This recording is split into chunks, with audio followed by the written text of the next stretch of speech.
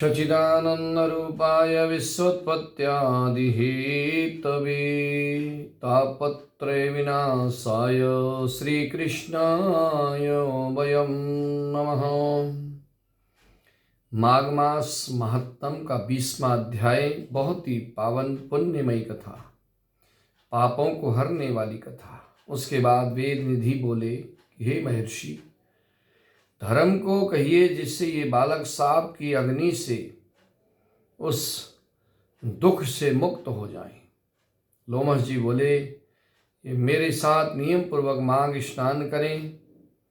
माघ के आखिरी दिन ये श्राप छूट जाएगा और ये इस योनि से मुक्त हो जाएंगे, नहीं तो इनका निस्तार नहीं होगा और कोई इसका हल नहीं है, कोई समाधान नहीं है। हे ब्राह्मण, मुझे ये पूर्ण निश्चय है कि पुण्य तीर्थ में जाकर माघ महीने में स्नान करने से ही लोगों के 7 जन्म के किए हुए पाप नष्ट हो जाते हैं। वर्तमान जन्म के भी पाप नष्ट हो जाते हैं माघ महीने के स्नान से। मुनिवर लोग जिस पाप का प्रायश्चित नहीं देखते, उसका प्रायश्चित उत्तम तीर्थ में जाकर माघ स्नान करने से मिल जाता है, ऐसा बतलाते हैं। पुण्य तीर्थों में जाकर के पाप मिटते हैं। माघ महीने में जैसे मान सरोवर में स्नान करने से मोक्ष मिलता है, हिमालय पर्वत के तीर्थ में सभी पापों का नाश होता है। अक्षोद में स्नान करने से इंद्रलोक की प्राप्ति होती है। बद्री जंगल में माघ स्नान करना सभी कामों को, मनोकामनाओं को देने वाला होता है। उसी तरह से ये जो है पाप तथा दुखों को दूर करने वाला और सभी फलों को देने वाला है। नर्मदा नदी में जाकर के माघ महीने में स्नान करने से पाप नष्ट हो जाते हैं और रुद्रलोक की प्राप्ति हो जाती है। यमुना नदी में स्नान करने से पाप नष्ट होकर के मनुष्य सूर्य लोक को प्रदान करता है। सरस्वती नदी का जल पाप नष्ट करके ब्रह्मलोक को प्रदान करती है। हे ब्राह्मण, विशाल नदी में माघ स्नान का परम फल होता है। ये पाप रूपी धन का दावानल है और गर्भ के कारण पुराने कर्मों को नष्ट करती है। गंगा जी में स्नान करने से पाप नष्ट होते हैं, विष्णु के लोक की प्राप्ति होती है, मोक्ष प्राप्त होता है। शरयू, गंडक, सिंधु, चंद्रभागा, कौशिकी, ताप्ती, गोदावरी, भीमा, पयोष्णी, कृष्णा, वेणी, कावेरी, तुंगभद्रा और अन्य समुद्र में गिरने वाली नदियाँ, सभी नदियाँ, इनमें जो है माघ महीने में स्नान करने से लोग निष्पाप हो जाते हैं, सभी पापों से मुक्त हो करके स्वर्ग लोक की प्राप्ति करते हैं।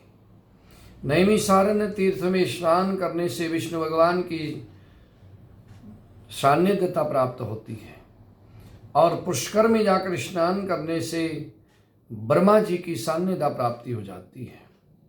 और इस तरह से कुरुक्षेत्र में माघ महीने में स्नान करने से इंद्रलोक की प्राप्ति होती है। हे ब्राह्मण,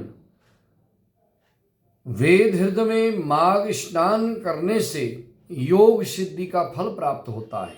मकर के सूर्य में यानी कि माघ महीने में तीर्थ में स्नान करने से रुद्र गण की प्राप्ति हो जाती है, यानी कि रुद्र के गण होने का सौभाग्य मिलता है। और इस तरह से प्रथुदक में स्नान करने से वैष्णव पद को प्राप्ति होती है और जो मनुष्य देवता का शरीर प्राप्त करता है और पाप से मुक्त हो जाता है। गोमती में स्नान करने से दोबारा जन्म नहीं होता, जन्म और मरण के चक्कर से वो मुक्त हो जाता है। हेमकूट, परमकाल, ओंकारेश्वर और अमरकंठ में, नीलकंठ में तथा अर्बुद में माघ स्नान करने से शिवलोक की प्राप्ति होती है। हे ब्राह्मण, मकर की संक्रांति के सूर्य में यानी कि माघ के महीने में सब नदियों में स्नान करने से लोगों की इच्छाएं पूरी होती है। प्रयाग में जाकर के, संगम में जाकर के माघ महीने में स्नान करने से सभी पाप नष्ट होते हैं। स्नान जो है बड़े भाग्य से होता है। और इस तरह से जहाँ स्नान करके मनुष्य गर्भ से लेकर के आयु पर्यंत सभी दुखों को नहीं भोग सकता, सभी दुख जो है दूर होते हैं, नहीं भोगना पड़ता। राजसूरी यज्ञ और अश्वमेघ यज्ञ करने का फल जो मिलता है उससे भी ज्यादा फल संगम में, प्रयागराज में माघ महीने में स्नान करने से मिलता है। इसलिए संपूर्ण पापों को सहज ही नष्ट करने के लिए जाने अनजाने में जीवन में मन वचन कर्म के द्वारा किए हुए जितने भी पाप हैं उन पाप के निवृत्ति के लिए संगम में, प्रयागराज में जाकर के माघ महीने में स्नान करना चाहिए। उससे सभी पापों से छुटकारा मिलता है, सभी पाप दूर हो जाते हैं। आनंद कंद भगवान की जय हो।